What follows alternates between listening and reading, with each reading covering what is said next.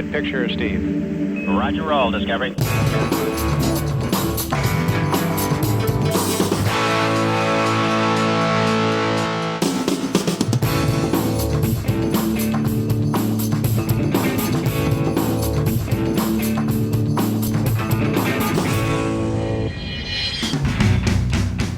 Croquer Windows pour macOS sur un PC, oui, c'est possible. La pratique longtemps jugée obscure et réservée à de talentueux et courageux bidouilleurs se popularise.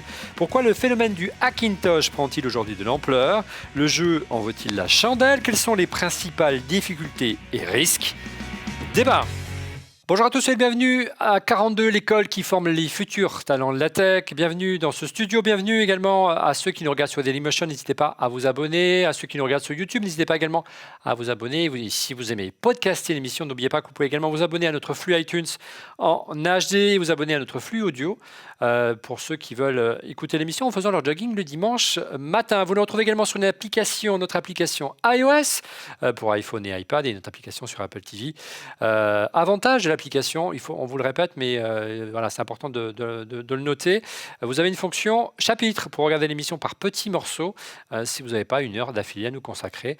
Les 10 minutes de Refait le Mac chaque jour, que du bonheur. Cette semaine, nous allons parler du Hackintosh. C'est un sujet assez pointu. Et pour parler d'un sujet pointu, on a cette semaine une équipe de chronique un peu plus resserrée. On commence par un habitué d'en Refait le Mac, le partenaire média de cette émission. Il s'agit de Didier Poulicani de Mac Forever. Bonjour Didier. Salut les amis, ça va? La forme? Ça va bien. Alors, ça tombe bien parce que cette semaine, toi aussi, tu montes ton Hackintosh. Oui, je crois que c'est un peu la saison, c'est le printemps, tout le monde se monte des Hackintosh. Mais tu vois, c'est drôle parce qu'on va parler de bidouille. Ouais. Les gens ne le savent pas, quand on prépare l'émission, il y a beaucoup de techniques derrière. Oui, mais oui. Et mon LG arrête pas de planter, Olivier. Tu utilises un ordinateur LG? Le dernier MacBook Pro, le dernier LG, j'ai le Thunderbolt 3, ça marche pas encore. Voilà. Super. Alors que si tu avais un petit Dell comme moi, ça marche nickel. On en parlera tout à l'heure du Dell. Regardez, il est là. C'est l'ordinateur sur lequel on a installé macOS. Regardez, ça marche. On en reviendra plus en détail dans la deuxième grande partie de cette émission. Celui qui nous a aidé d'ailleurs à installer macOS, qu'on a eu un peu de mal pour tout vous avouer au début de cette émission, parce qu'on a préparé ça pour le prochain numéro d'iCreate que je vous conseille vraiment d'acheter. Vous aurez tous les détails et de notre aventure sur le Hackintosh qui sera en kiosque mercredi prochain. Donc n'hésitez pas rendez-vous en kiosque pour l'acheter. La personne, donc, je disais, qui nous a grandement aidé pour pouvoir boucler ce dossier, il s'agit de Pierre dans du monde de Canard PC. Bonjour Pierre.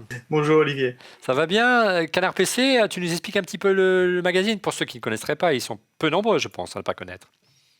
Alors en fait, donc, c'est Canard PC Hardware. C'est un trimestriel dédié au matériel qui est issu à l'origine de Canard PC, qui est le magazine dédié aux jeux vidéo. Et donc, j'écris dans le magazine depuis 2 ans et on est en train de préparer un hors-série spécial Apple dans lequel on va parler de Hackintosh, justement. Donc, un spécial Hackintosh, un spécial Faites évoluer votre Mac, c'est ça en gros? Oui, c'est ça. Donc, il y a 2 numéros prochainement à acheter en kiosque, le dernier numéro d'iCreate et le futur numéro de Canard PC Hardware. Ça sera en kiosque quand, Pierre? Ce sera en kiosque normalement à peu près mi-mai. Le temps de terminer, et donc pour le Normalement. moment... Ça marche comme ça chez vous, parce que nous, on respecte les dates à Create. Oui. Bon, normalement, donc, si tout va bien, mi-mai en kiosque pour tout savoir sur l'Hackintosh ou tout simplement comment faire évoluer son Mac par Canard PC Hardware et Pierre Dandumont. Et Pierre, on te retrouve également sur ton blog, ça s'appelle Le Journal du Lapin, c'est ça? C'est ça, oui, ça fait quelques années que je tiens à ça, et donc je parle de tout ce qui est rapport avec Apple, et surtout beaucoup de vieilleries qui intéressent de temps en temps les gens. Voilà, c'est un technostalgiste, ou technostalgique, dirons-nous. Il y a plein de choses, c'est un grand fan, le genre du lapin Nabastak, cher à notre ami Rafi Aladjan, récemment décoré. Félicitations Rafi. Nous allons donc parler du Hackintosh ce soir. Et si vous souhaitez vous-même monter votre machine, tout simplement faire évoluer votre Mac, il vous faut des composants, de la mémoire et de la SSD. Ça tombe bien, nous avons un annonceur ce soir, il s'appelle Crucial. Jingle.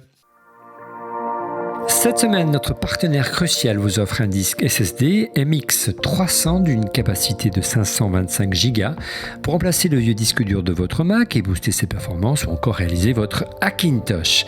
Idéal également pour monter un PC, Crucial vous offre un second lot, un kit mémoire Crucial Ballistix Sport LT de 16 Go, approuvé par des joueurs sur PC et des équipes professionnelles de e-sport. Les mémoires balistiques allient vitesse, style et fiabilité pour garantir un niveau de performance seulement largement atteint par les fabricants de mémoire de premier plan. Alors pour remporter ces 2 lots, c'est très simple, il vous suffit de répondre via Twitter à la question qui vous sera posée en fin d'émission.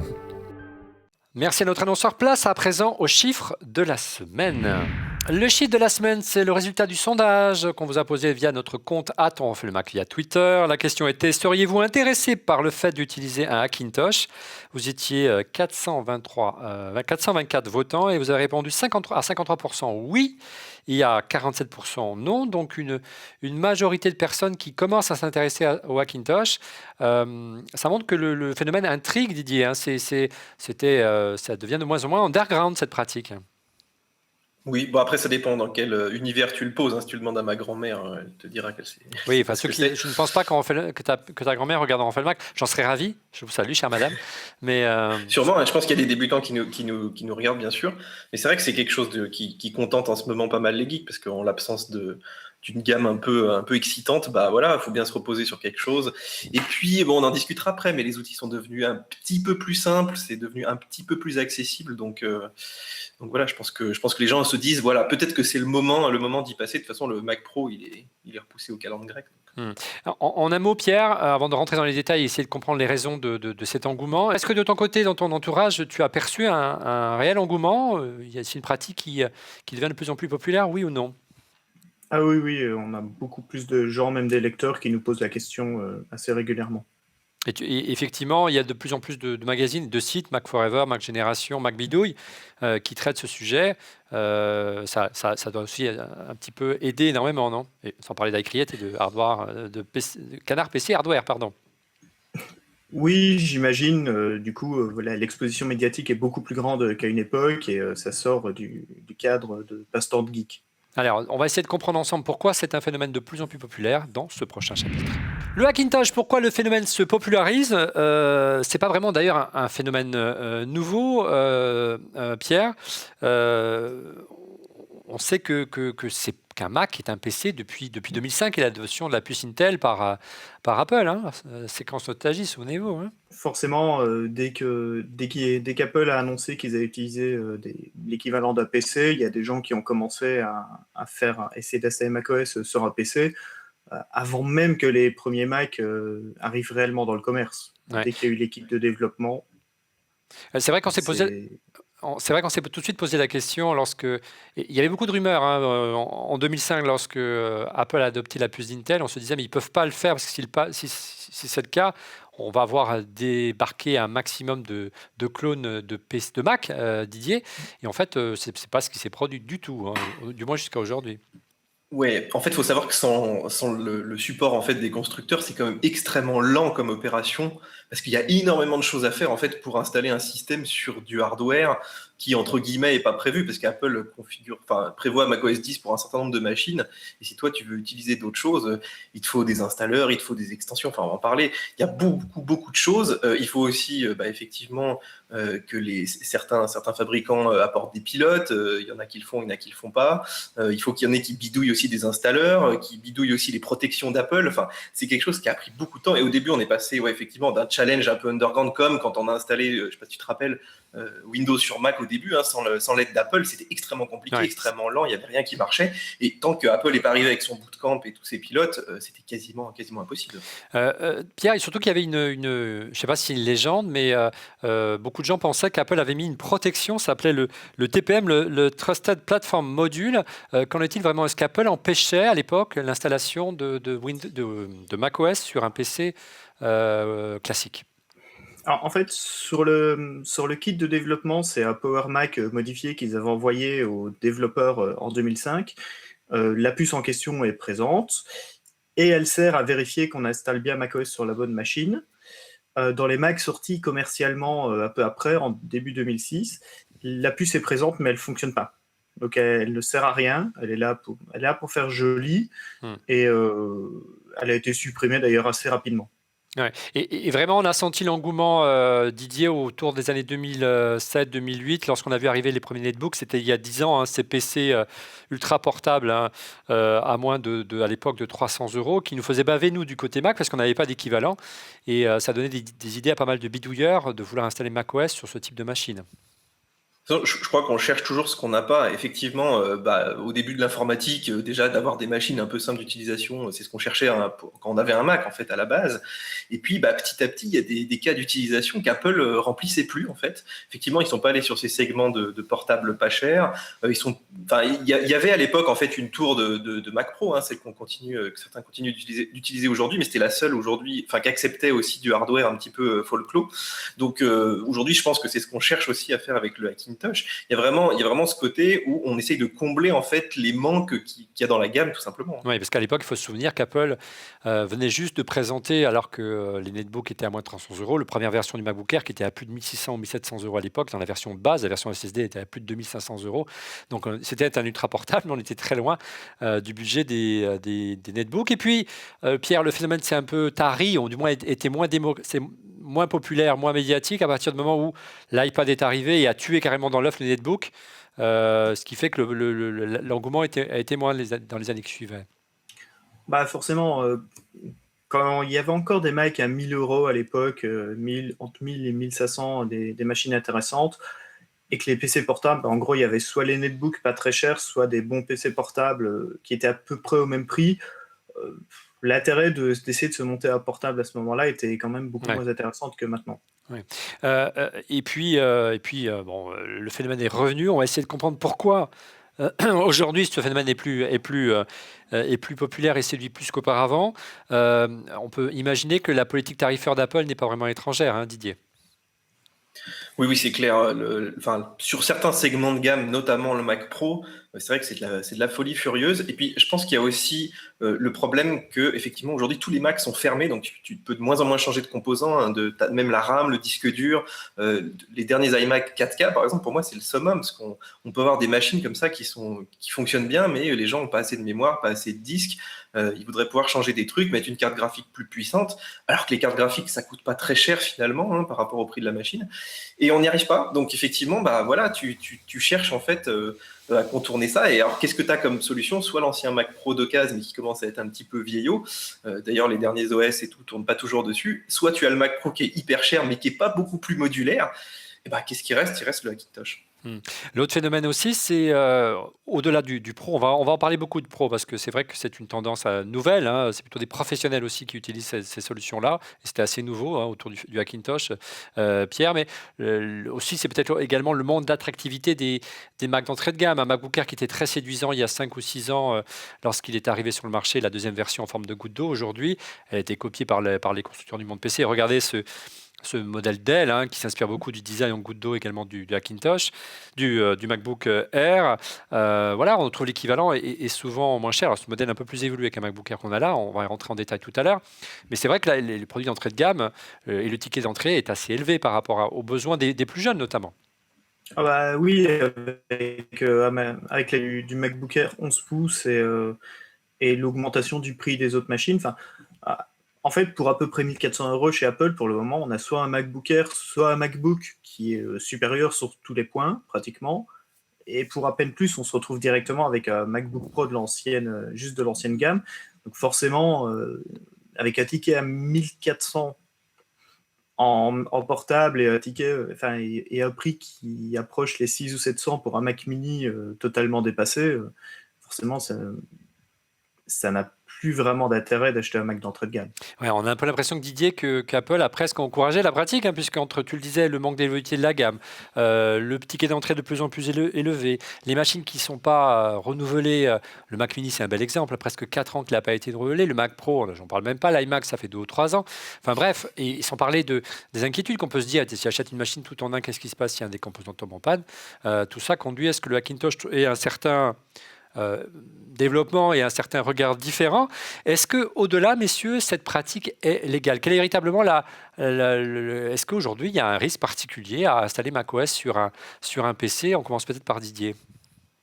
Alors, je pense que Pierre répondra un peu plus précisément que moi sur l'aspect vraiment légal, mais c'est vrai que cette composante, en fait, est assez importante, parce qu'il faut bien le comprendre.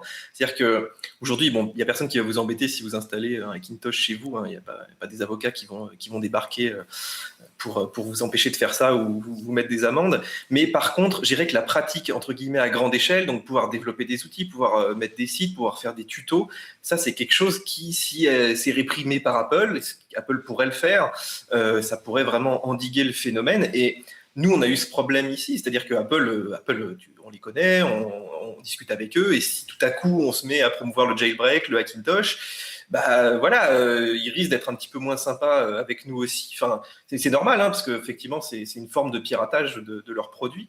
Donc, effectivement, aujourd'hui, ils ont laissé en fait la pratique. Ils n'ont pas empêché en fait ce phénomène de se propager. Et je dirais même que vu l'ampleur que ça a pris aujourd'hui, on a vraiment des sites qui sont très complets là-dessus et qui n'ont jamais été embêtés par Apple. C'est une espèce de laisser aller. Je pense qu'ils regardent ça avec beaucoup de bienveillance pour l'instant. Quand il y aura des nouvelles machines, peut-être qu'ils vont leur tomber dessus. Je sais pas, mais en fait, on n'a pas vraiment une réponse claire de leur part là-dessus. D'ailleurs, c'est assez étonnant. Pierre, ton opinion, est-ce que c'est légal aujourd'hui, l'attitude d'Apple au-delà ? Alors, du point de vue de la licence l'interdit explicitement. Donc la licence de macOS. La licence de macOS, quand on lit, il y a un moment, il est mis interdit d'installer macOS sur autre chose qu'une machine d'origine Apple. Dans la pratique, il n'y a pas de protection réelle pour l'empêcher, il n'y a pas de demande de numéro de série. macOS n'appelle pas Cupertino pour vérifier, attention, est-ce que c'est un vrai Mac. Donc, ils font rien pour l'empêcher réellement. Ils font rien non plus pour que ça se fasse facilement. Donc, c'est un peu un statu quo. De ce que j'ai pu voir, j'ai discuté avec plusieurs sites, j'ai discuté avec pas mal de gens. Globalement, Apple, en tout cas en France, c'est no comment, et puis personne n'en parle, et personne ne réagit, donc ils laissent faire. Je pense surtout que pour le moment, il n'y a pas de solution non plus parfaitement. On clique et c'est installé. Donc, à part pour le moment, tant que ça nécessite de bidouiller, de devoir chercher on va voir des que c'est pas si informations. simple que ça dans les faits. On va rentrer dans les détails dans un instant. Et c'est vrai que, on en parlait tout à l'heure à propos des médias, à Icriette, où on refait le Mac, on regardait ça un petit peu de manière un petit peu sceptique, mais c'est vrai que on a la chance au quotidien de pouvoir utiliser des Macs assez puissants et qu'on n'a pas forcément d'ailleurs besoin d'énormément de puissance, donc on ne comprenait pas trop l'intérêt de ce phénomène du Hackintosh. C'était plus un jeu au départ de beaucoup, de dire regardez, j'ai réussi à installer macOS sur un PC. Et ce qui est nouveau maintenant, c'est que effectivement, les gens l'utilisent vraiment comme un outil de travail, car c'est possible, c'est pas aussi simple que ça, mais c'est possible d'utiliser en termes à des fins professionnelles. On va vous le montrer dans quelques minutes.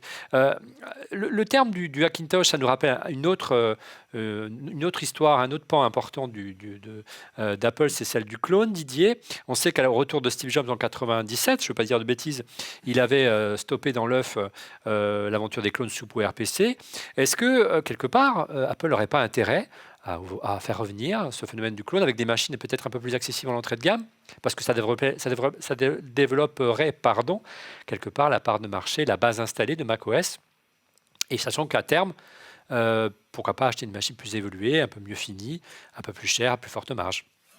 C'est vrai qu'à l'époque de Steve Jobs, le contexte était quand même différent. Leur revenu était essentiellement dû au Mac, donc le fait de plus vendre de Mac. Ils étaient au bord du précipice à ce moment-là. Ouais. Exactement, donc c'était très compliqué. Aujourd'hui, c'est vrai que c'est l'inverse, c'est-à-dire qu'ils auraient intérêt à profiter de tout cet élan iOS qui fait rentrer de l'argent dans les caisses pour développer macOS, qui reste quand même, même si nous on voit des Macs un peu autour de nous, mais c'est quand même le plus gros flop d'Apple, le Mac, même si c'est à 10% de part de marché, c'est quand même pas tant que ça. Il y a pire, tu as le Newton, tu as la pipi. Bien sûr, demande à Pierre. Le Mac a quand même conquis pas mal de gens, puis tu vois dans les amphis, on voit quand même beaucoup de Mac partout, ce qui n'est pas le cas quand même à l'époque. Ouais. Donc aujourd'hui, les gens ont quand même plus d'ordinateurs et effectivement, une bonne proportion qui ont des Macs. Mais en fait, quand tu installes ces Hackintosh, et tu te rends compte à quel point c'est complexe quand même.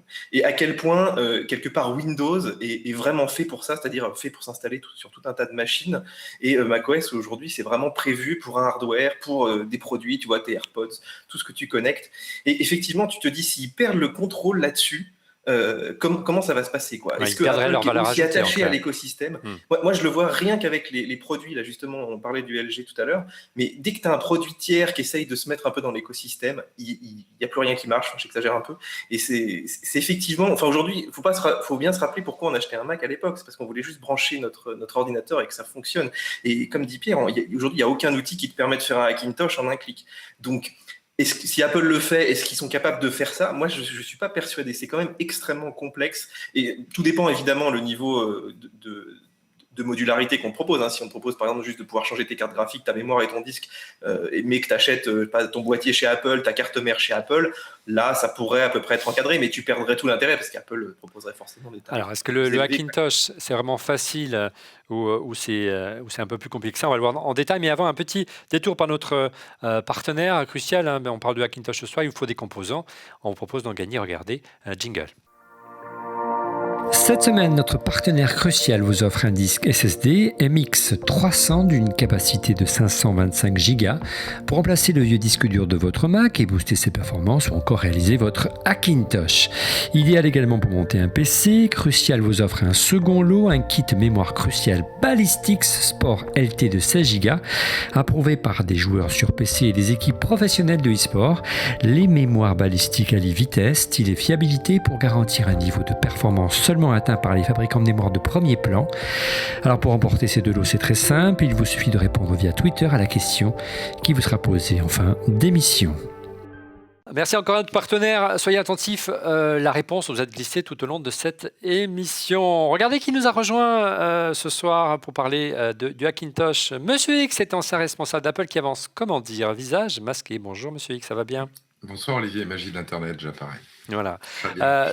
Tu n'étais pas là au début, mais je tenais à te poser une question par rapport aux origines du Hackintosh.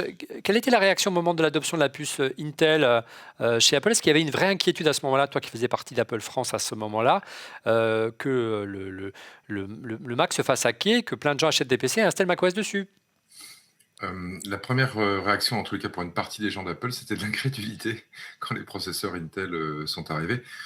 Il faut se souvenir, Olivier, que pendant des années, on s'était battu pour dire que le PowerPC était la meilleure architecture. Donc, l'arrivée d'Intel nous avait laissé un petit peu quoi. Et puis, effectivement, il y avait des questions. Bon, au-delà des bénéfices dont on savait qu'on allait tirer de ce processeur Intel, il y avait des questions autour de, oui, on allait se faire hacker. Et puis, il y avait des questions aussi autour de la sécurité. Et puis aussi autour de la performance, c'est-à-dire... est-ce que macOS 10 sur architecture Intel, ça allait vraiment être rapide? Et ce qu'on ne savait même pas, nous, en interne, c'est qu'en fait, la plateforme macOS 10 tournait sur Intel en mode laboratoire depuis des années à Cupertino, et que donc l'optimisation était déjà prête quand les processeurs Intel sont arrivés. Quand les premiers Mac Intel sont arrivés, on a vu arriver déjà des bidouilleurs qui essayaient pour la beauté de l'art, pour le jeu d'installer macOS, parce que ce n'était pas forcément des machines pour produire quelque chose, c'est-à-dire, voilà, on a réussi à installer macOS. Quelle était la réaction en interne au sein d'Apple à cette pratique à l'époque?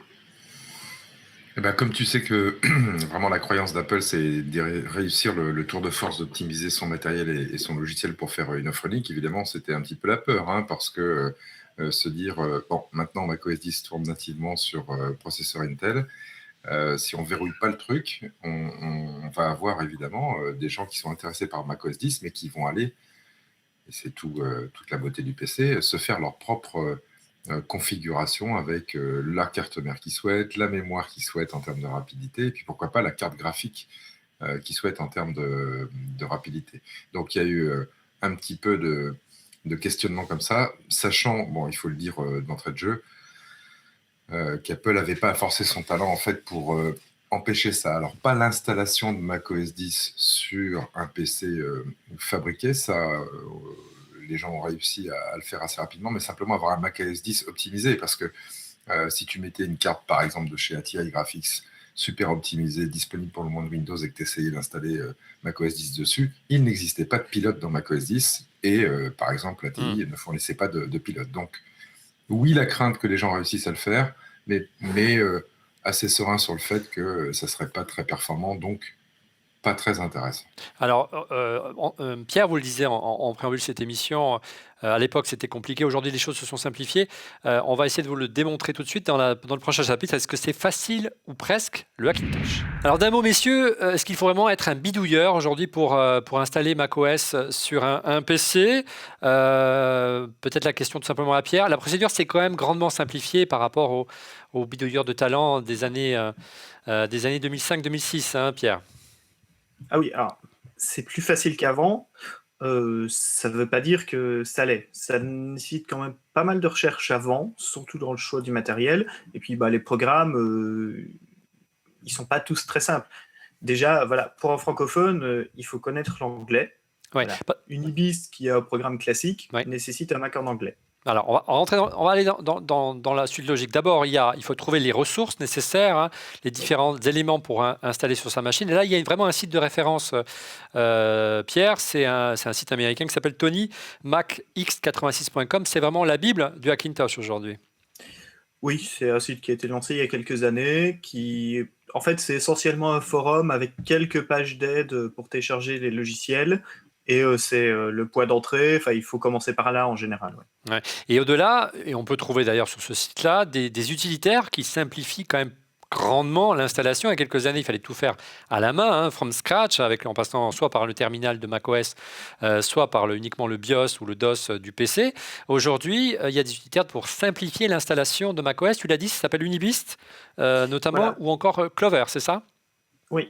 Alors en fait, Unibist, c'est un outil qu'ils ont développé sur TonyMac qui simplifie l'installation de Clover et de tout ce qui est nécessaire pour pouvoir démarrer. Donc on fait clic et ça permet de créer une clé USB qui va permettre d'installer macOS. C'est une clé bootable, hein, en clair, qu'on met sur le PC. Hein. C'est comme ça qu'on a installé macOS sur ce Dell. Une clé bootable, la machine la détecte et autorise l'installation de macOS sur un PC, ce qui est assez étonnant. L'autre solution, elle est un peu plus compliquée, hein, c'est Clover. C'est ce que toi, tu as utilisé. On le verra en détail tout à l'heure quand tu vas détailler comment tu as réussi à installer macOS sur cette machine. Là, il faut avoir un peu plus de notions, des notions à la fois de terminal sur macOS et quelques notions de PC également. Oui, en fait, Clover, c'est vraiment l'outil de base. Unibist, c'est juste un logiciel qui simplifie et qui automatise ce que va faire Clover et ce qu'on peut faire à la main. Et dans certains cas, en fait, on n'a pas le choix, il faut passer par là directement par Clover. Ouais. Didier, tu as utilisé ces utilitaires, qu'est-ce que tu en as pensé et puis surtout, comment ils fonctionnent, hein, c'est ce qu'on appelle des bootloaders, hein. Ça simule la présence de l'EFI. Hein. L'EFI, c'est le BIOS du Mac, c'est bien ça? Oui, c'est ça. En fait, ce qui se passe, c'est que effectivement, pour arriver avec tous tes composants d'un côté, ta petite clé de macOS 10 jusqu'à ton PC fini qui marche avec tout qui marche, c'est très très long. C'est-à-dire que juste de booter sous macOS 10 sur un PC, c'est pas compliqué. D'aller effectivement installer Clover ou Unibist, enfin, ça dépend un peu de la solution que tu choisis, mais pareil, on trouve des tutos, on arrive à le faire. Enfin, aujourd'hui, si tu maîtrises un peu le BIOS du PC, et l'anglais. Et l'anglais, et que tu sais parcourir le net pour chercher des tutos en fonction de ta carte mère, en fonction de tout un tas de trucs, tu arrives à peu près à faire marchouiller le truc. Ce qui est le plus long, c'est la suite. C'est-à-dire qu'effectivement, une fois que tu as installé tout ça, d'avoir le son, d'avoir le réseau, des fois d'avoir la bonne résolution sur ton moniteur, tu as tout un tas de paramètres en fait, qui avant, on ne se posait pas du tout la question quand on avait un Mac, mais là qui nécessitent des fois de la ligne de commande, des fois d'aller chercher des extensions modifiées, trafiquées, des pilotes qui ne marchent pas très bien. Et ça, c'est très long. Donc, il y a ces outils, mais il y a toute la finition qui, elle, qui va dépendre en fait, du matériel que tu as choisi et de l'énergie que tu as mis en fait, à créer la machine. Ouais. Justement, hein, lorsqu'on a installé donc macOS sur ce PC Dell, hein, merci d'ailleurs à Dell de s'être prêté au jeu, de nous avoir prêté une machine pour faire cette émission ce soir. Et encore une fois, le dossier d'iCreate que vous trouverez en kiosque d'ici mercredi. Jetez-y un coup d'œil, vous allez voir, c'est très intéressant. La plus grande difficulté, tu l'as dit, c'est d'abord de trier la grande masse d'informations sur le net et sur sur TonyMacX86.com. Hein, donc voilà, il faut vraiment trouver. On a été chercher véritablement tout ce qu'il fallait faire pour ce modèle-là particulier. On n'a pas vraiment choisi la facilité. On y reviendra, mais on a essayé de compliquer un petit peu l'affaire. Vous comprendrez pourquoi plus tard. L'autre aspect difficile, Pierre, tu m'arrêtes si je dis des bêtises, c'est la gestion des cartes graphiques. C'est un point critique, les cartes graphiques pour les Hackintosh. Alors, oui, c'est un très gros problème parce qu'en fait, sur PC, quand on achète une carte graphique, le fournisseur de la carte graphique propose des pilotes en téléchargement. Donc là, c'est assez simple, c'est comme ça depuis des années, il n'y a pas de problème. Sur Mac, généralement, en fait, on ne passe que par les pilotes qu'Apple propose dans macOS directement. Et Apple, forcément, il propose des pilotes pour les cartes graphiques qu'ils vendent. Donc, c'est souvent assez limité. Assez étonnamment, depuis quelques années, Nvidia propose des pilotes pour macOS. Et très clairement, c'est uniquement pour les Hackintosh. Officiellement, c'est pour les gens qui ont des Mac Pro qui veulent installer une carte graphique, sauf que c'est des gens qui ont des Mac Pro, les derniers modèles qui en acceptent, ils datent de 2012, donc il ne faut pas être hypocrite. Ils visent uniquement les gens qui font des Hackintosh. D'accord. L'autre difficulté qu'on a rencontrée ensemble, c'est gérer le Wi-Fi et gérer le Bluetooth. Hein. Ça ne marche pas sur cette machine, ça ne veut pas fonctionner. Là aussi, c'est vraiment un point récurrent lorsqu'on veut monter un Hackintosh, Pierre. Oui, en fait, pour le Wi-Fi, les outils d'Apple ne reconnaissent que les cartes qu'Apple utilise. Donc la solution la plus simple, généralement, c'est on enlève la carte Wi-Fi qu'il y a dans l'ordinateur portable. Alors, selon l'ordinateur, c'est parfois ça, parfois compliqué à ouvrir. Et on met une carte, soit qui utilise la même puce que celle d'Apple, soit directement une carte Apple avec un adaptateur. Dans les tours, c'est le plus simple. On achète une carte d'iMac avec un adaptateur qui vaut une dizaine d'euros. On branche et ça fonctionne. On l'a dit, donc le Wi-Fi, on a dit, je résume, hein, les cartes graphiques, gérer la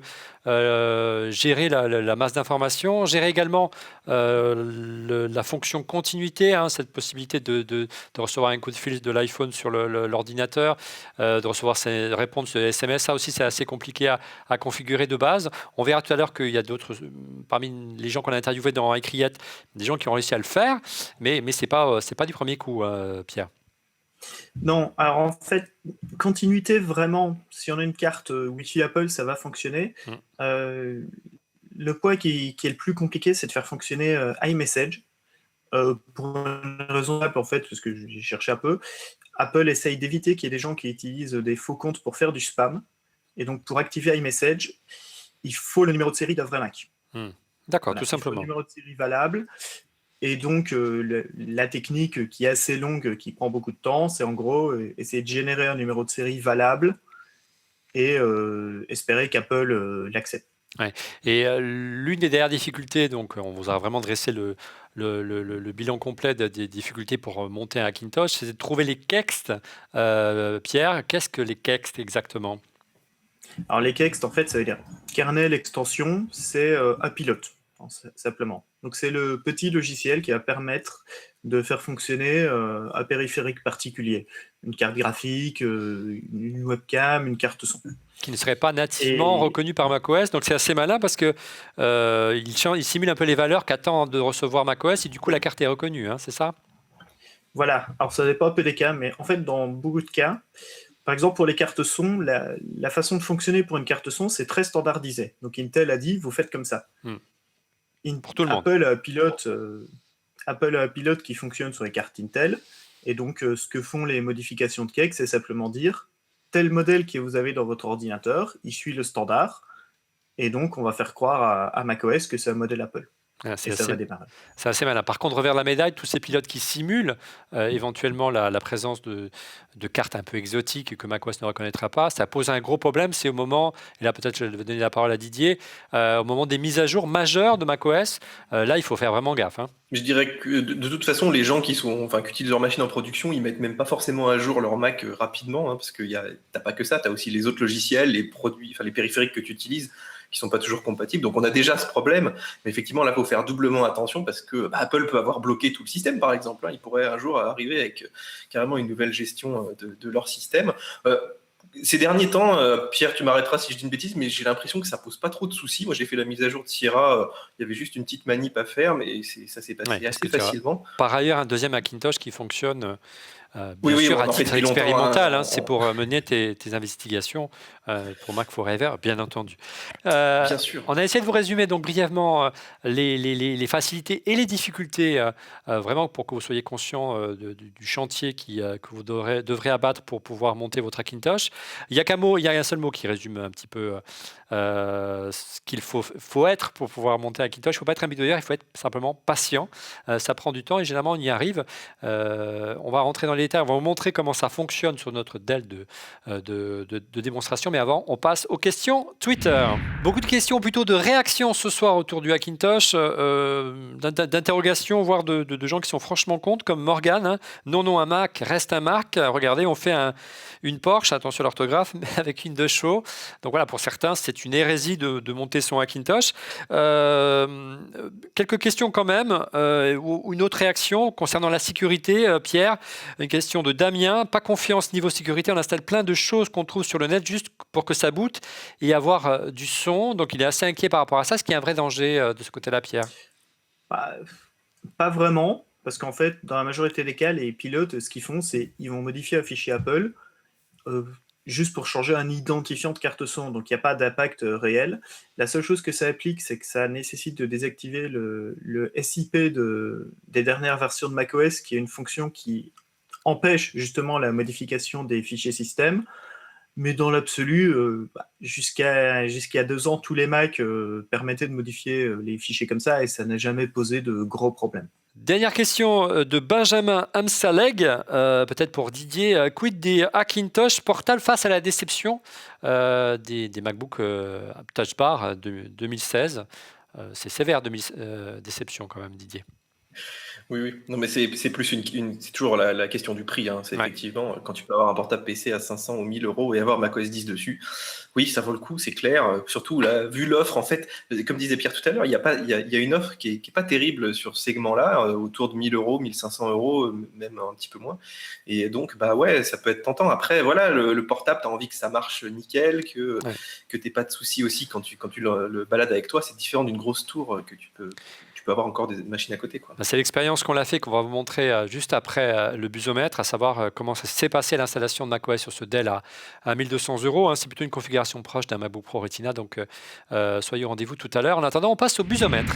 Le busomètre, cette semaine, les rumeurs qui ont le plus buzzé autour de la planète Apple. Cette semaine, c'est Didier qui s'y colle. Alors, numéro 1, l'iPhone 8 OLED 5,8 pouces en septembre. Donc là, on a mis 4 étoiles. Je pense que de toute façon, ce truc-là va arriver. Il y a trop de rumeurs aujourd'hui qui se confirment d'ailleurs en ce moment. Là, c'est vraiment la période où on commence beaucoup, à voir Ouais, il y a des protos, il y a des choses qu'on aimerait voir, qu'on n'aimerait pas voir. Donc, effectivement, on a vraiment cet iPhone qui va ressembler un peu au Galaxy S8.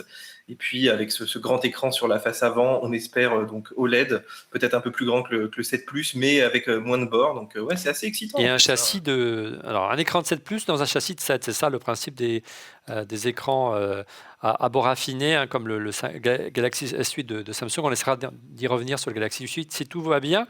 La semaine prochaine, dans le prochain, on refait le Mac. Deuxième rumeur, Didier. Justement, ça nous amène au point numéro 2, qui est où est-ce qu'on va mettre Touch ID? Est-ce que Apple a réussi en fait à le mettre sous l'écran? Ce qui apparemment a l'air d'être quelque chose d'assez complexe. C'est pas ce qu'a réussi à faire Samsung. Donc, Samsung, je pense qu'ils ont voulu sortir leur truc très vite aussi. Ils n'ont peut-être pas pris le temps. Ils se sont dit, bon, allez, on veut quand même le mettre, on le met à l'arrière. La presse s'est déchaînée là-dessus. Tous ceux qui ont eu le téléphone, ils ont trouvé que c'était vraiment nul comme idée. Et nous, on le voit sur nos lecteurs, ils n'ont pas du tout envie de ça.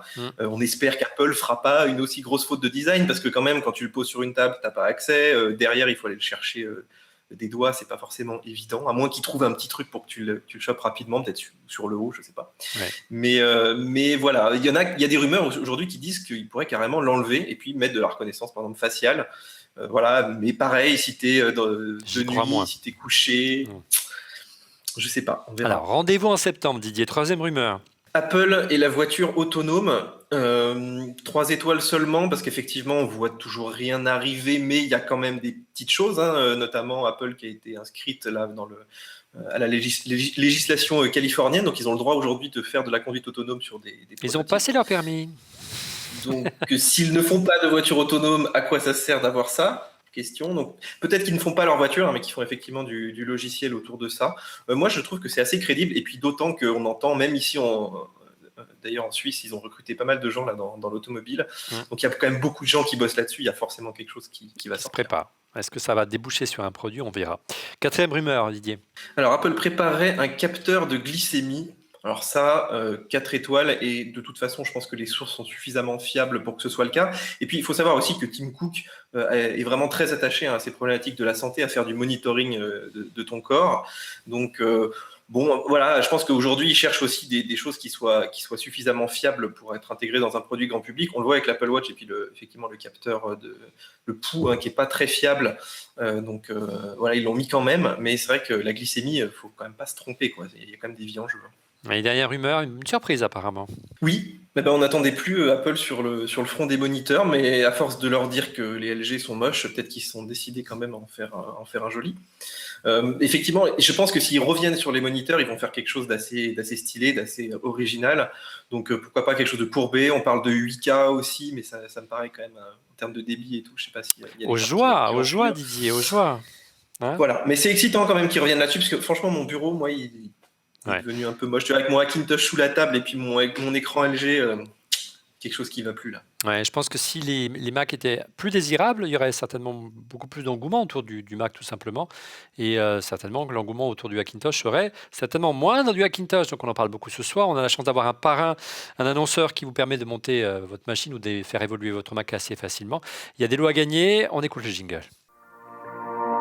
Cette semaine, notre partenaire Crucial vous offre un disque SSD MX 300 d'une capacité de 525 Go pour remplacer le vieux disque dur de votre Mac et booster ses performances ou encore réaliser votre Hackintosh. Idéal également pour monter un PC, Crucial vous offre un second lot, un kit mémoire Crucial Ballistix Sport LT de 16 Go, approuvé par des joueurs sur PC et des équipes professionnelles de e-sport.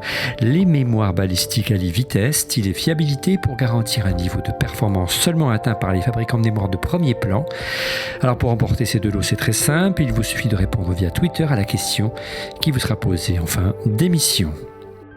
Merci notre annonceur. On passe maintenant au concret. Comment installer macOS sur un PC? On rentre dans les détails. Pierre, il y a deux voies classiques maintenant pour installer macOS sur un PC. La première, c'est soit de monter une machine sur mesure, soit acheter un PC de marque du marché comme on l'a fait nous, mais la solution la plus sûre, c'est un PC sur mesure, c'est bien ça? Oui, parce qu'en fait, ça permet de choisir les composants. Donc, on en a parlé tout à l'heure sur le site Tony Mac. Ils ont une liste de matériel qui convient pour chaque type d'ordinateur. Donc, ils proposent montez-vous un PC puissant, montez-vous quelque chose qui ressemble à un Mac Mini et tout ça. Et donc, il suffit d'aller sélectionner ce qu'eux recommandent. Et soit de le monter soi-même, soit de demander, il y a beaucoup de revendeurs qui proposent de monter directement la machine. Pour quelques dizaines d'euros, ils vous la fabriquent. Ouais. Et là, en l'occurrence, c'est vraiment une copie conforme, du moins des composants typiques d'un Mac, et forcément, les risques d'incompatibilité sont moindres. C'est pas nécessairement des copies des composants, mais en tout cas, ils choisissent des choses où on sait que ça fonctionne, parce qu'il y a certains constructeurs de cartes mères, par exemple, qui se rendent bien compte qu'il y a un marché pour ça, et qui donc s'arrangent pour que leur carte mère fonctionne mieux que d'autres. Pour les cartes graphiques, de fait, on choisit plus des modèles qui existent déjà dans les Mac, ce qui permet d'éviter les problèmes d'écran noir le jour où il y a une mise à jour. Et après, pour de la mémoire vive ou pour un SSD, c'est des composants assez classiques, donc il n'y a pas vraiment de différence entre ceux qu'on trouve dans un Mac et ceux qu'on trouve dans un PC. Ouais. Avant de préparer cette émission, j'ai eu Cédric Mériot via Messenger. On discutait un petit peu du Hackintosh, que c'est également un grand fan et il est basé à San Francisco. C'est l'un des fondateurs de Feu, le site Mac Plus, qu'on aimait beaucoup d'ailleurs. Lui, il est déjà à son 3e ou 4e Hackintosh, il en a 2 à la maison. Il nous disait qu'il avait monté sa machine à partir de composants qu'il avait achetés sur Amazon, par rapport à une liste qu'il avait fournie sur TonyMac x86.com, et que ça avait marché quasiment du premier coup. Donc effectivement, les chances de réussite sont plus importantes lorsqu'on fait une machine assemblée comme le PC des années 90 d'autrefois, et non plus un PC de marque. C'est le choix qu'on a fait nous avec le Dell. C'est notamment un choix obligé si on souhaite un portable tout simplement. Mais là, les incompatibilités sont un peu plus grandes. Pourquoi tout simplement, Pierre? Parce que quand on achète un PC portable, on n'a pas du tout le choix des composants.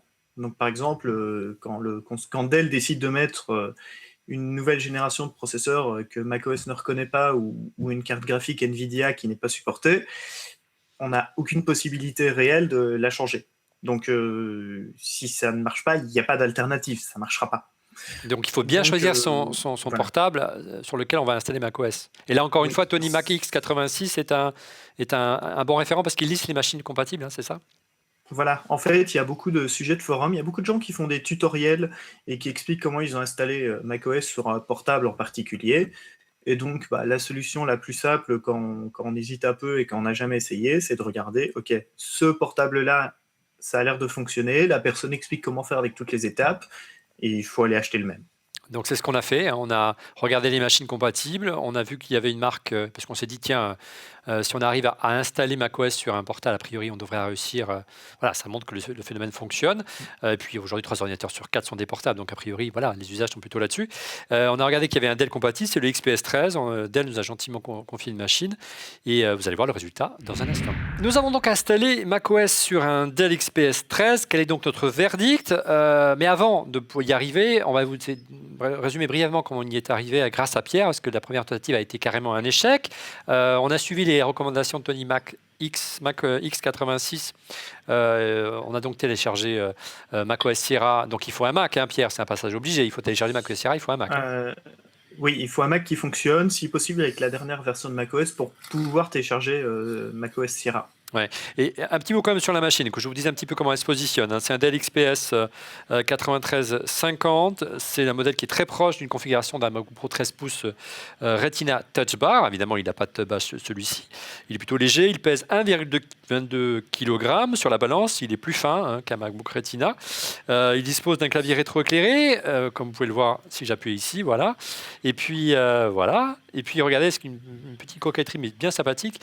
Le bord de l'écran est très très fin. On aimerait bien voir arriver ça chez Apple. On n'en doute pas que ça va arriver bientôt.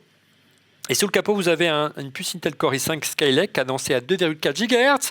C'est 400 MHz de plus qu'un MacBook Pro Touch Bar ou même sans Touch Bar de base. 8 Go de RAM, une puce graphique Intel HD, donc comme le MacBook Pro Retina, et un disque SSD de 256 Go. Et surprise, sur le côté, vous avez des ports USB 3 et un port USB-C Thunderbolt 3. Donc pas besoin d'adaptateur. Voilà, ça nous a un petit peu excité. Et on s'est dit, tiens, on va l'installer là-dessus. Et puis le meilleur pour la fin, le prix 1299 €. C'est quand même assez cher pour un PC, mais c'est 400 € de moins qu'un MacBook Pro sans la Touch Bar. Et si on prend la Touch Bar, le prix, l'écart se creuse à près de 700 €. Donc je vous le disais en préambule, première tentative, ça a été un échec.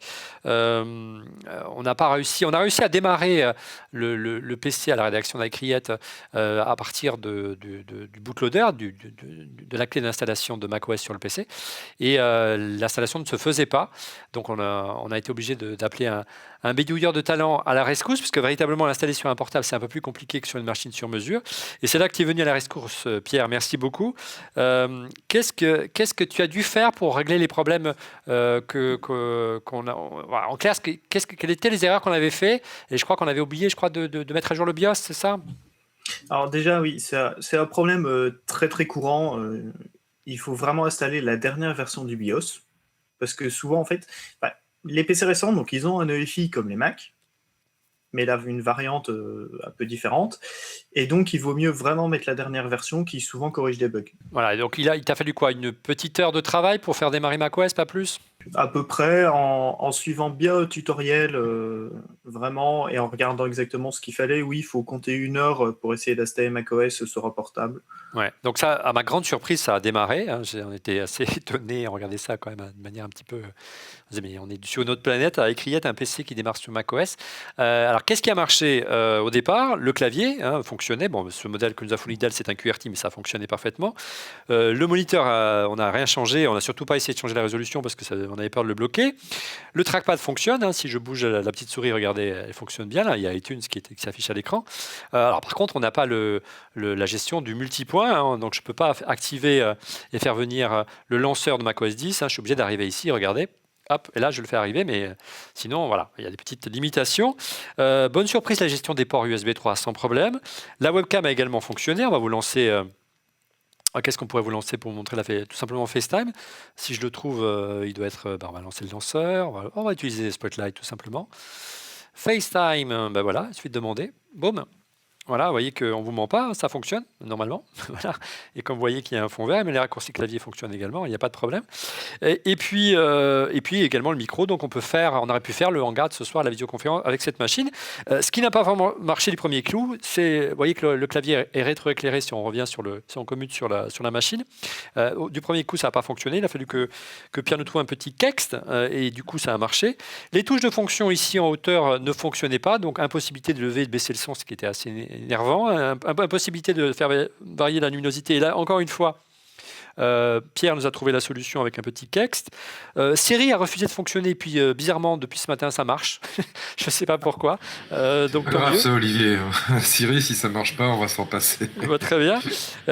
Il refuse toujours de se mettre en veille. Et là, je pense qu'on pourra certainement trouver la solution. Et surtout, alors vous voyez, là, on triche. Parce que regardez, si je tire sur le câble, ici, vous avez un adaptateur USB Ethernet. Et oui, le Wi-Fi ne marche pas. Et là, il n'y a pas d'autre solution. C'est pas soluble autrement que d'ouvrir la machine, hein, Pierre. Oui, alors, dans la majorité des cas, en fait, voilà, il faut regarder l'origine de la carte Wi-Fi. Et ben, il y a 4 ou 5 constructeurs différents sur le marché et les macOS, il reconnaît un seul constructeur, c'est Broadcom. Et donc, si on n'a pas la bonne carte, ça ne fonctionne pas. Donc on peut effectivement acheter une carte et l'intégrer si elle n'est pas collée à la machine, mais c'est parfois possible chez certains constructeurs de PC, hein, Pierre. Dans les PC portables, en général, la carte Wi-Fi est accessible. Après, le vrai problème, c'est pas de la changer, c'est d'en trouver une. Donc, ça nécessite parfois d'aller faire un tour sur eBay ou sur AliExpress chez des revendeurs chinois. Pas de Bluetooth non plus. On n'a pas pu utiliser iMessage, ça ne fonctionnait pas. Donc, j'imagine que c'est les mêmes problèmes. Hein. Il faut changer la puce Bluetooth également. La puce Bluetooth, en fait, dans tous les modèles modernes, la puce Bluetooth est sur la même chose et au même endroit que la carte Wi-Fi, donc c'est lié. Voilà. Et la plus grosse déception pour nous, hein, Macophile, c'est la possibilité de brancher du Thunderbolt ou de l'USB-C. Là, on s'est vraiment cassé les dents jusqu'à maintenant, Pierre. On n'a pas trouvé la solution encore. Oui, et a priori, sur ce modèle-là, il n'y a pas vraiment de solution. Le Thunderbolt, ça reste assez rare sur les PC en général, et je pense que Didier, justement, a le problème aussi, et c'est pas quelque chose qui fonctionne vraiment dans Hackintosh. Alors, ce qu'on n'a pas osé faire, c'est lancer une mise à jour, bien entendu, de peur de la bloquer, mais on vous montre rapidement. Hein. Donc là, on a iTunes ouvert. Hein. On a installé, évidemment, avec mon compte App Store personnel, qu'est-ce qu'on a installé comme application? Regardez, on a Final Cut Pro, hein, qui fonctionne, bien sûr, sur la machine. Donc, si vous voulez faire un peu de vidéo, du montage, ça fonctionne, comme si c'est assez rapide, comme vous pouvez le voir. C'est assez étonnant. Donc, on était vraiment sceptiques à la rédaction d'Icriette et aux surprises, il faut bien reconnaître que ça fonctionne. Et on regardait un petit peu les bidouilleurs qui faisaient ça un peu avec un certain sourire en disant mais pourquoi ils s'embêtent à faire ça? Et en fait, ça fonctionne assez bien. Et si on demande à macOS d'identifier la machine, regardez, c'est assez étonnant. Alors bien sûr, il reconnaît macOS Sierra et pour lui, c'est un MacBook tout simplement. C'est un MacBook avec un 2,4 GHz, 8 Go.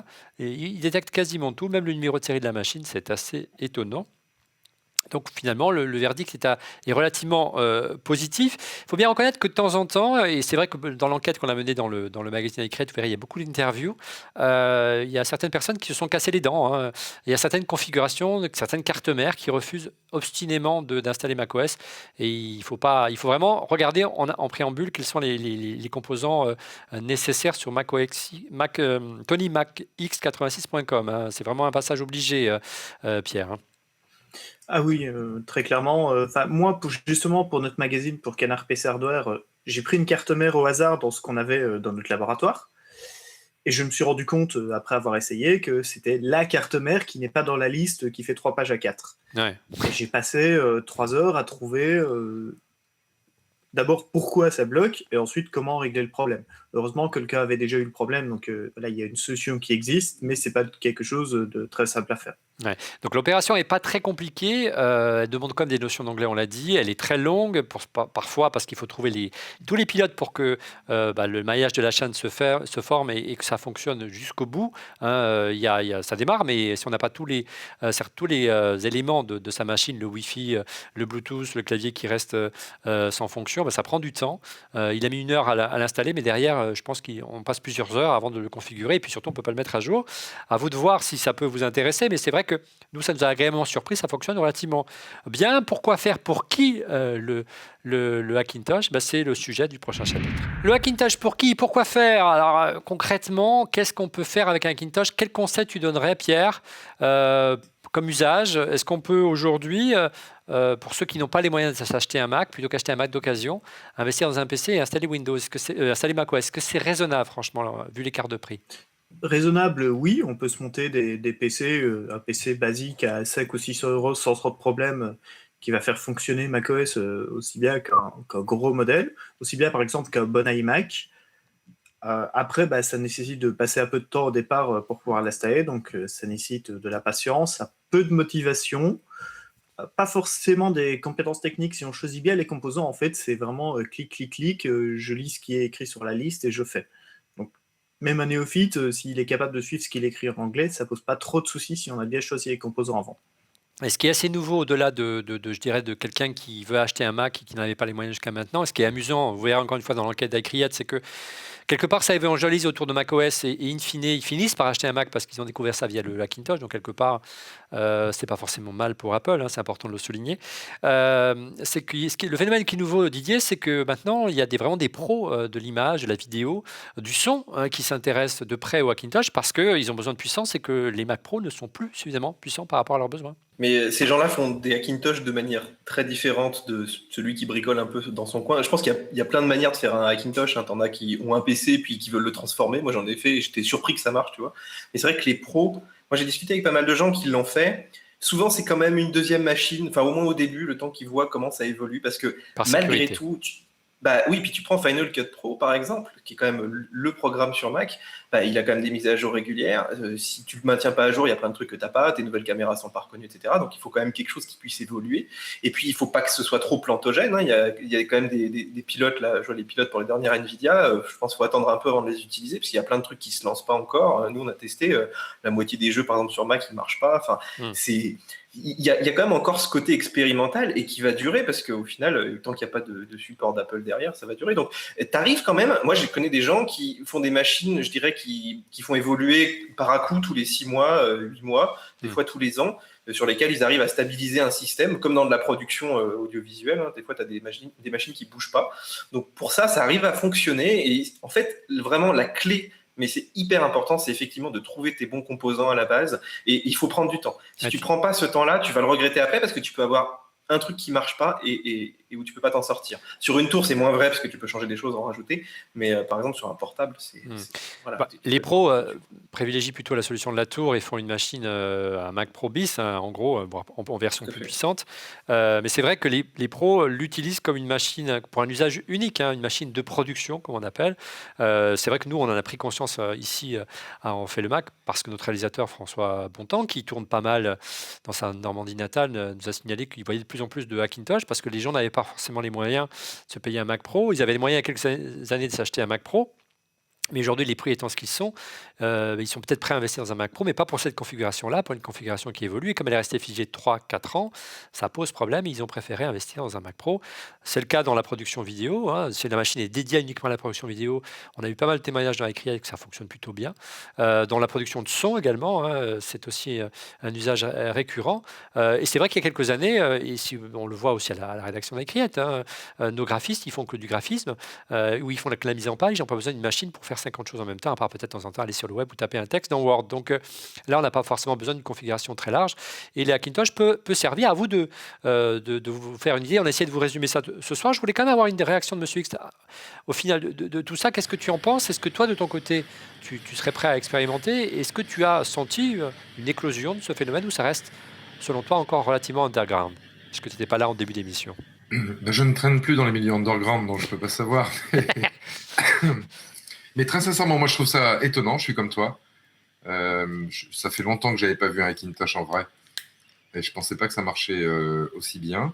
Oui, enfin, tout ne marche pas, encore une fois.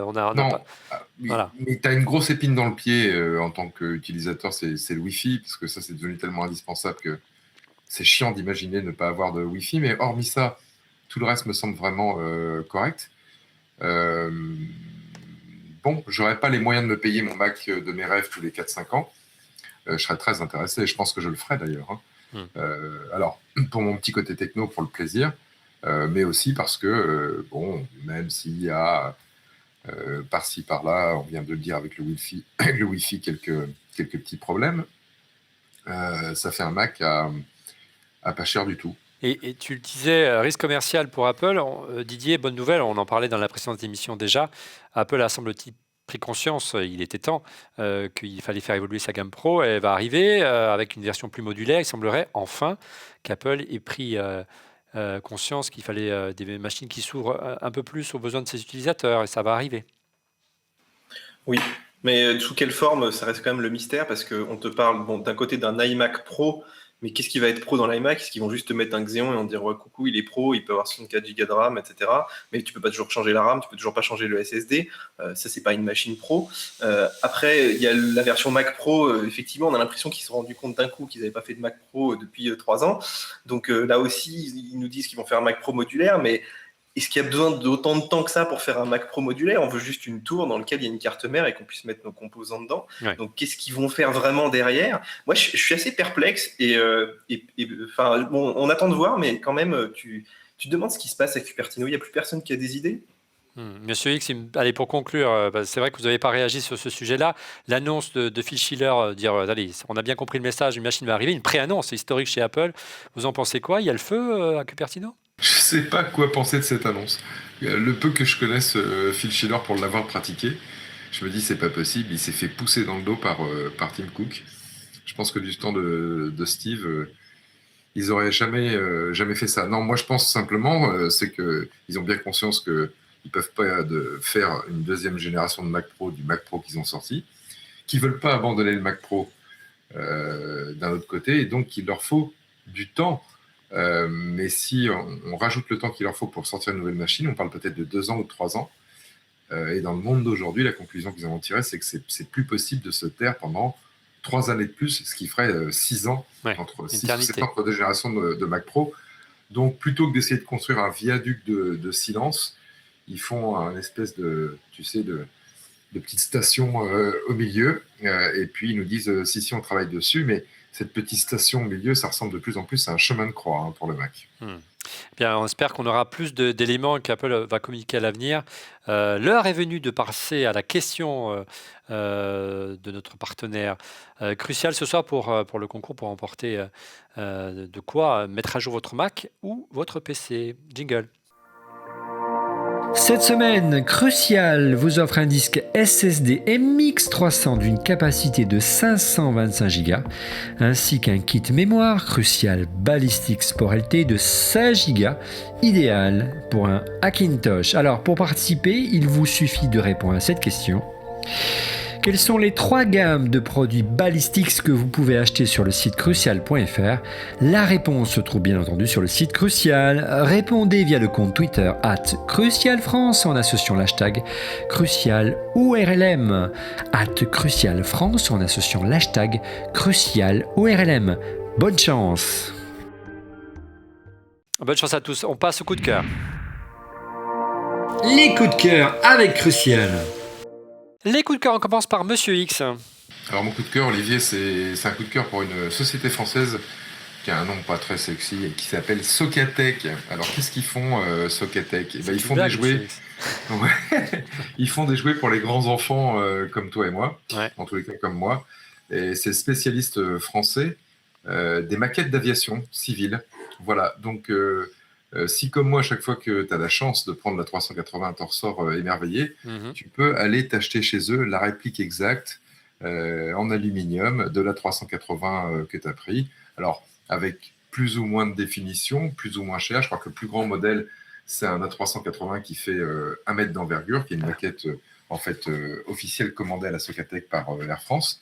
Mais au-delà de ça, tu trouves des hélicoptères, à peu près tout ce qu'ils veulent, soit en version un peu sérieuse comme sa maquette, soit en version jouée pour les enfants. Voilà, donc c'est pour les passionnés d'aviation. Et ils sont nombreux, Monsieur X.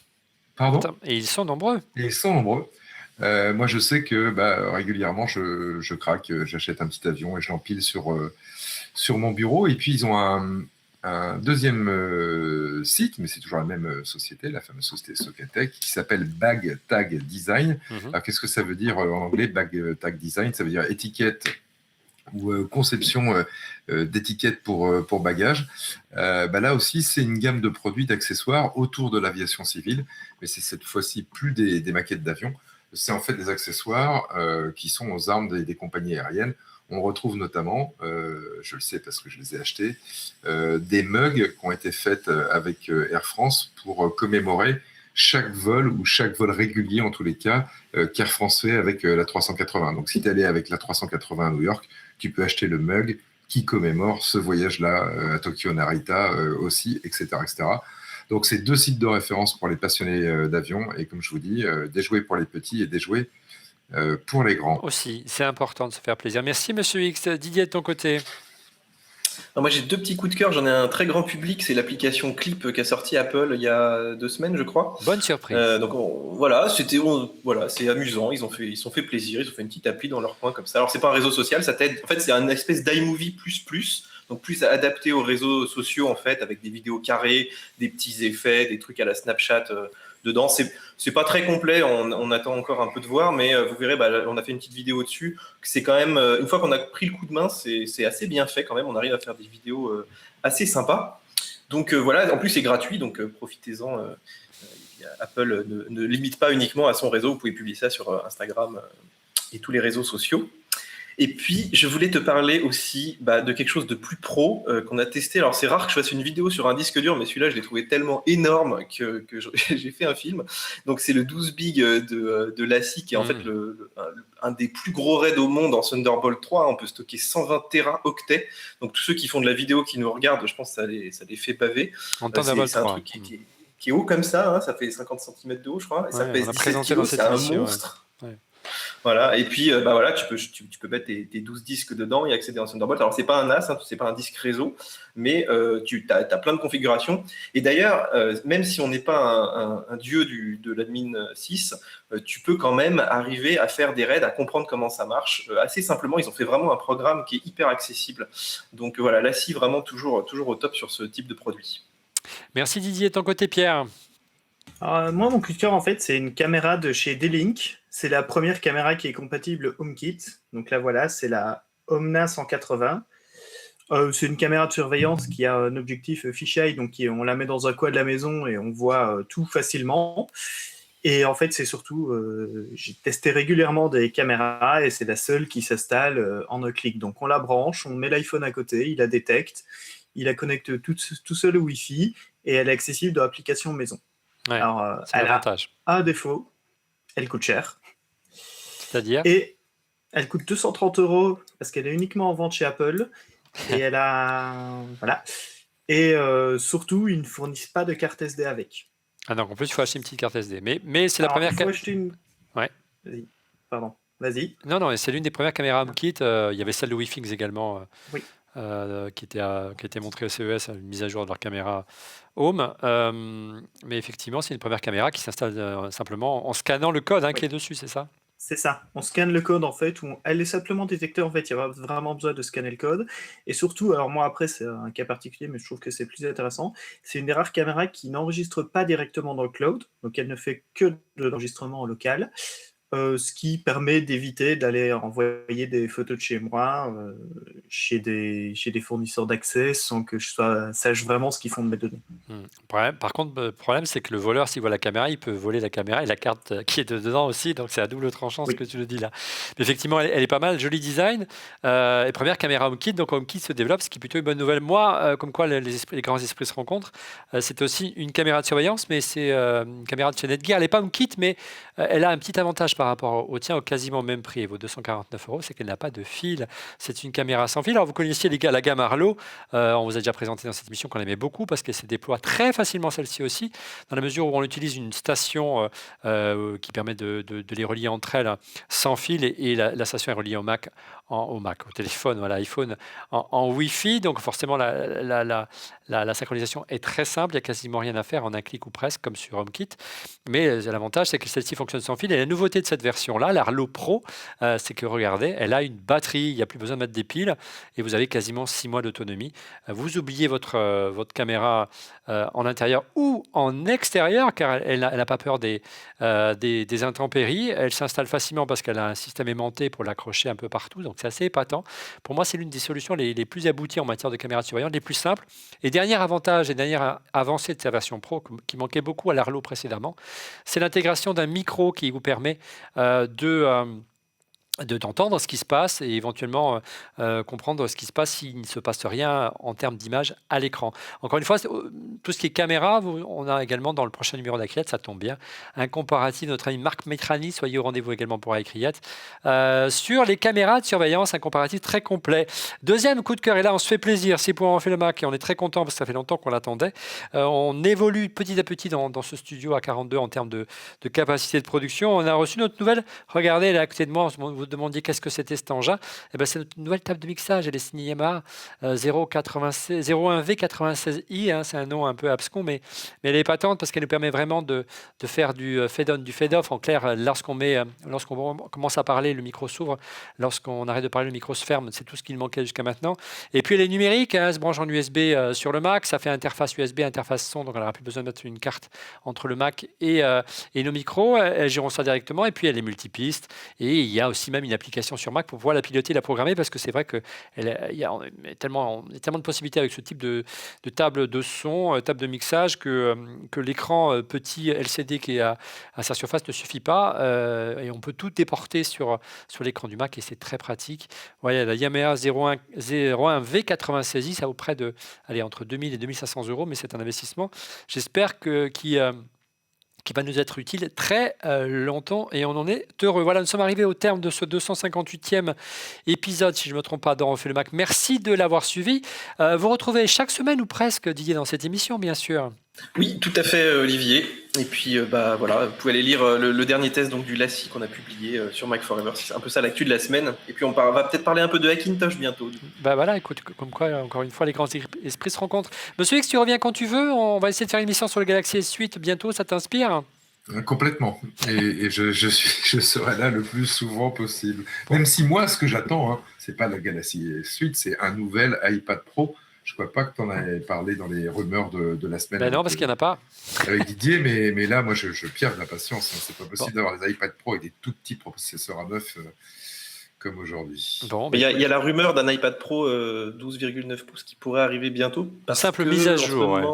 Pas de 10,5 pouces. Ouais, peut-être. Ouais. Je pense qu'ils vont le faire en catimini comme l'iPad 5. Ouais, j'ai bien peur. Et puis Pierre, ça va, ça s'est bien passé pour une première, c'était plutôt sympa, non ? Oui, très bien. C'était assez intéressant. Et puis donc, voilà. Puis c'est intéressant de pouvoir montrer ce qu'on a fait. Ouais, et puis encore une fois, merci de nous avoir rendu ce coup de main, parce que ça n'a pas été facile pour nous au départ, hein, parce que le monde du PC, c'est vraiment un monde inconnu pour nos utilisateurs de Mac. Et puis on te retrouve dans Canard PC Hardware, dans un hors-série spécial Hackintosh qui sera donc en kiosque à la mi-mai, et sur ton blog, le journal du lapin. Voilà. Merci à toi, tu reviens quand tu veux. Quant à nous, si vous êtes d'accord, eh bien, on se retrouve par exemple la semaine prochaine. On parlera du Galaxy S8 si tout va bien. À bientôt et soyez au rendez-vous. Au revoir.